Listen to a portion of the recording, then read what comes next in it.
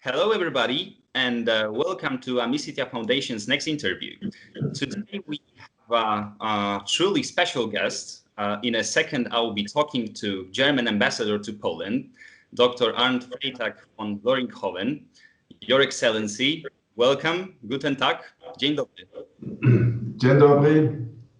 I'm really happy to join this conversation with you. Thank you. Likewise. To start with, you were appointed at the end of August last year and officially stepped into the office in September 2020. So it's been roughly 6 months. Hope that Poland's treating you well. How do you, Mr. Ambassador, find or evaluate your first months in Poland? What have been the greatest challenges you've experienced, and what are your plans for the upcoming months? Thank you. I'm very happy to be here, to be posted in Poland. It's an extremely significant posting for my country. Poland, together with France, are our closest allies and friends and partners in the European Union, and Poland is also a very close ally in NATO, of course. And personally, I've focused on the region of Central and Eastern Europe for large parts of my career, so it all comes together.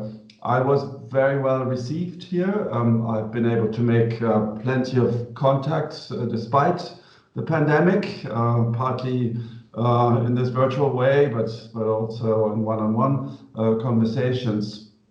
I read a lot. I've visited many museums, which I think is a very important part of my work. For instance, the Pilecki Institute still in Berlin, and the Museum of the Warsaw Uprising here in Warsaw, and also Auschwitz. All of that in my very first week.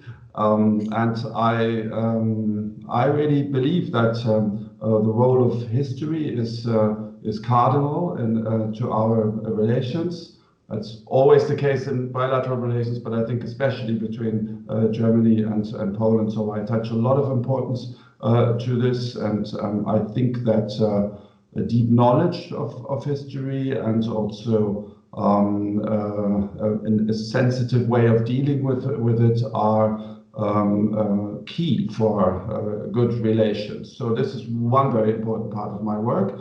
And another one is the future, the agenda of the future between our countries, which is full of opportunities. I'm thinking about economic relations, of course. Here, Poland is Germany's fifth most important trade partner today. It's overtaken Great Britain and Italy, very, very close economic partners in the past. And things like the energy transformation in Poland will provide a whole host of opportunities. Also, many political issues. Belarus is current, cyber threats, the role of China in the future. So we have a full bucket of great opportunities that we can work on together, and I will put all my energy into our bilateral agenda, and also working towards a common European future. Thank you very much for the answer, especially when it comes to the historical aspects, because basically, like you described in a nutshell, like what is our aim as a foundation. So we share exactly the same point of views. But coming back more into the present times, 2020 has been considered as a very, so to say, peculiar year. But what can we expect from 2021? A lot of changes seem to be observable on the horizon, especially when it comes to the United States and the impact on its allies. So I want to ask you, what can be expected from the new elected US president in terms of EU-US relations? And here might be a tricky part. Will they be better? I mean, the relations, or just different? I don't have a crystal ball, of course, but I can say that Germany strongly welcomes and supports the new Biden-Harris administration, because it has such a very strong multilateralist and transatlantic focus, which was less the case in the previous administration, and also because it's strongly value-based and puts up front the challenge of promoting democracy and human rights in the world. So all of this, I think, is a very good basis for transatlantic relations, EU-US relations in the future. And also, it is clear that Biden and Harris have stepped into action immediately. They rejoined the Paris Climate Agreement. They're working on the Iran nuclear deal, strengthening the World Health Organization, and so on. So all of this is very much in line of what we support. At the same time, clearly,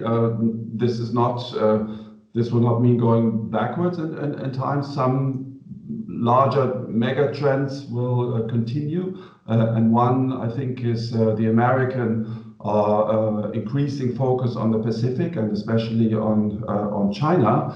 And we don't know what this will mean for Europe in the future. Of course, the commitment to NATO and the security guarantee is ironclad, and President Biden has just reaffirmed that. But I think we need to expect that Europe must step into action itself more than before. Now, this will not mean decoupling in any way from the US, but I think strengthening our own capabilities to become a better partner of the US in such things as security, but also climate change and digitalization, and protecting democracy against authoritarian states in the world. I think these will be the large themes of our common agenda in the future, and it will be very much up to us Europeans to step into action and improve our capabilities in all these fields, not only security.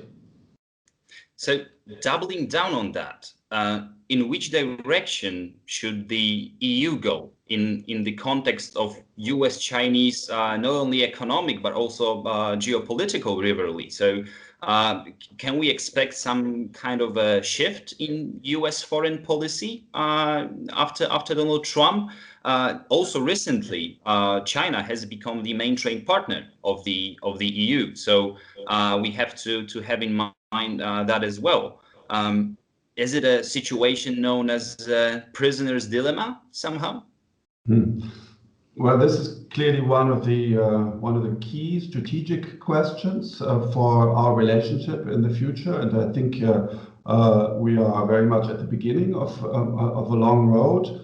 In the US, Washington sees the rise of China as the great strategic challenge of this century.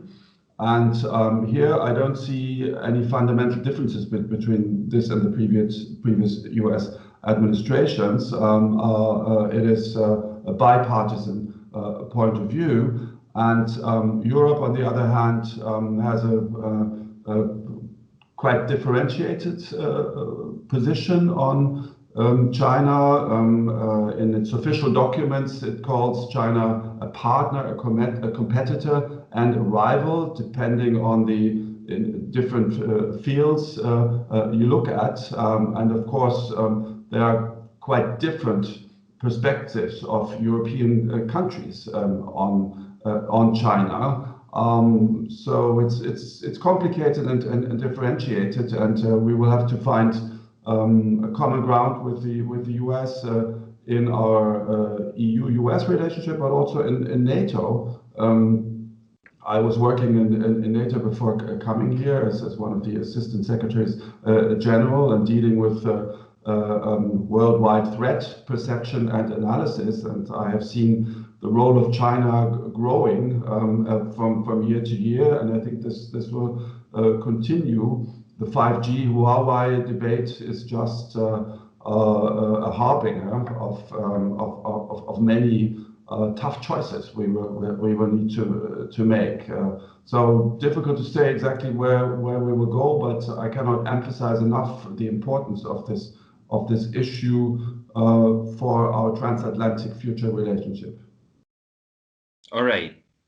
And coming back to Europe itself, maybe something that is closer to our and our viewers' point of view.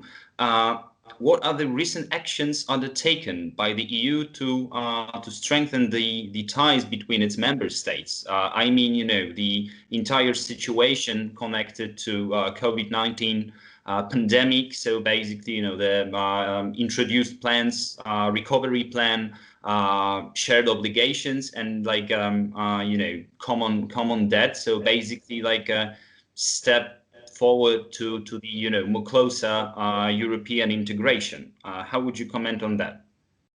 Yes, we have just completed our presidency, council presidency in the EU, and it was immediately clear that COVID-19 was going to be the overriding theme in terms of health policy and economic policy, the consequences. I think we have a debate at the moment that things are too slow moving, and there's a frustration that vaccination doesn't happen as quickly as in Israel and the UK. That's true, but I think one should not leave out the bigger picture, which is, first of all, the EU had practically no competencies in the field of health policy, unlike so many other policies. So we started from scratch, and the very first steps about a year ago were basically a national reflex, and that was very quickly overcome in favor of a common coordinated European way, and the speed at which a vaccine has been developed and procured is absolutely unique. It's never been as fast as this in the past.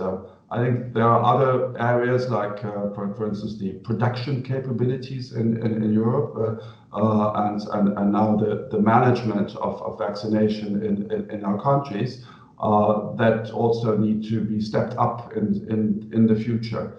And as for the economic side, I think the debate on COVID led to something you might even call historic, because before that Europe was not ready to engage in a mutualization of debts. Throughout the Euro crisis, my country and others were very skeptical, others were advocating it, and so on. But Corona led us all, because the reasons are different, to overcome this and adopt a massive package, the recovery fund, New Generation EU, and then also the 7-year budget of the EU, together 1.8 trillion euros.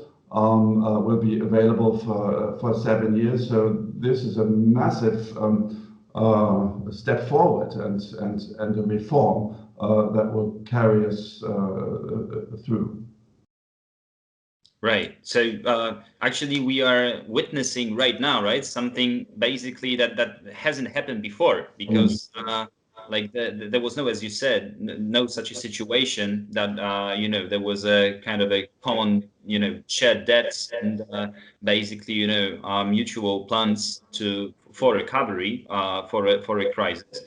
So is it like a one step forward to closer, the strengthen the ties within the European Union, having in mind also, the Brexit, right? So that basically, we can say that European Union was somehow weakened. I mean, like, to some extent. So now we as a member states, is it a right way, and will it be, kept until the reaching, certain results that we as a member states, as Europeans, share?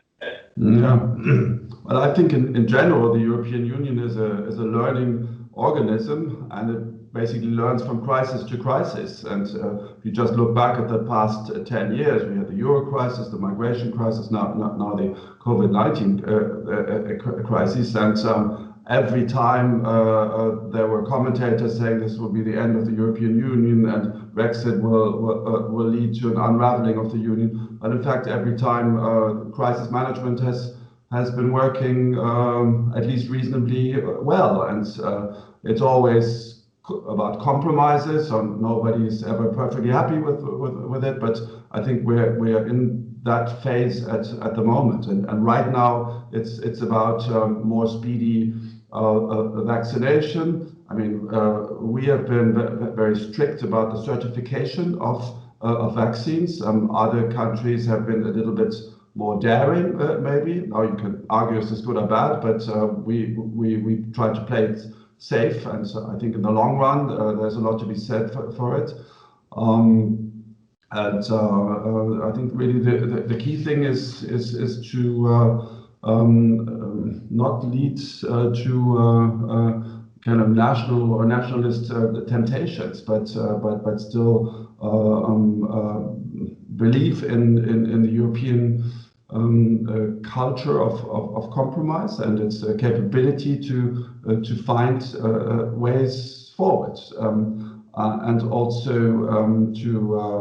to close these sort of cracks between north and south and west and east that have been appearing through the past decades. And it's also very, very important to always try to look at it through the eyes of the others, not only through one's own eyes. And I know that's difficult for us, but it's difficult for every country. For a diplomat, that's perhaps more in our DNA or in our learning culture than for others. But I firmly believe that trying to understand the other position, the history, the interests. Without that, one will not make progress in Europe, and I will do my best to contribute to this. Lovely. And just, following up on that, I think that, the perfect example of such a solidarity that you've just described is that, the equal distribution, within the European member states, right? So basically the vaccination doses are equally distributed, no to richer countries, cheaper countries, but basically equally with reference to its population and market size, right? So that's definitely like a first step to achieving the goal. Summing it up, fingers crossed for both economic results as well as like most importantly for the health results. As we are slowly running out of time, at the end, one more question. I want to ask you, Mr. Ambassador, having in mind what we as a foundation focus on in particular, but also referencing to the topic we've covered in a second before. What can we as a citizens, so I mean like Poles, Germans, Europeans broadly speaking, do in our everyday lives to improve the internal relations within the EU, other member state citizens, and especially right now during the pandemic when the social ties have been weakened somehow, right? Like we only meet online. No much space to really, hang out with friends, to meet, like to interview face to face. So what would be your recommendation to all of us, basically?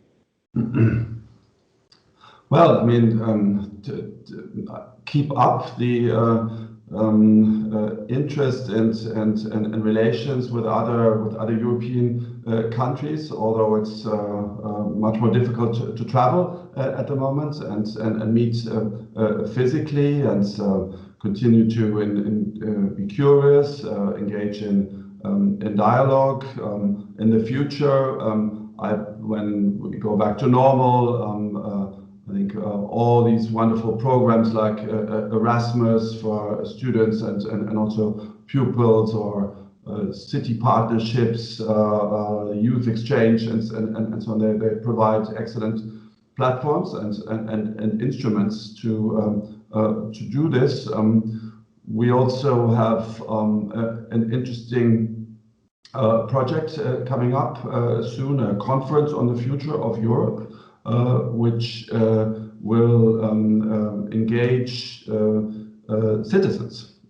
So this is maybe a good opportunity to call for broadest possible participation in this project. We want to hear the opinions of citizens in all of countries about the future of Europe as a stimulus and orientation for government policy making.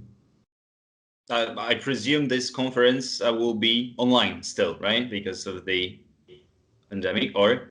Yeah,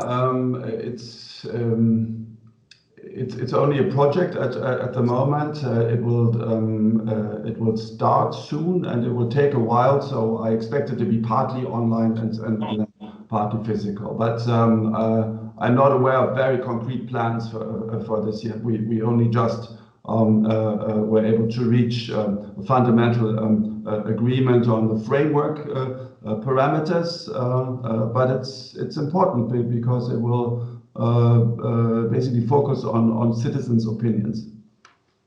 Right. That sounds really lovely, and fingers crossed to be successful, and not only partially live, but hopefully in a full scope.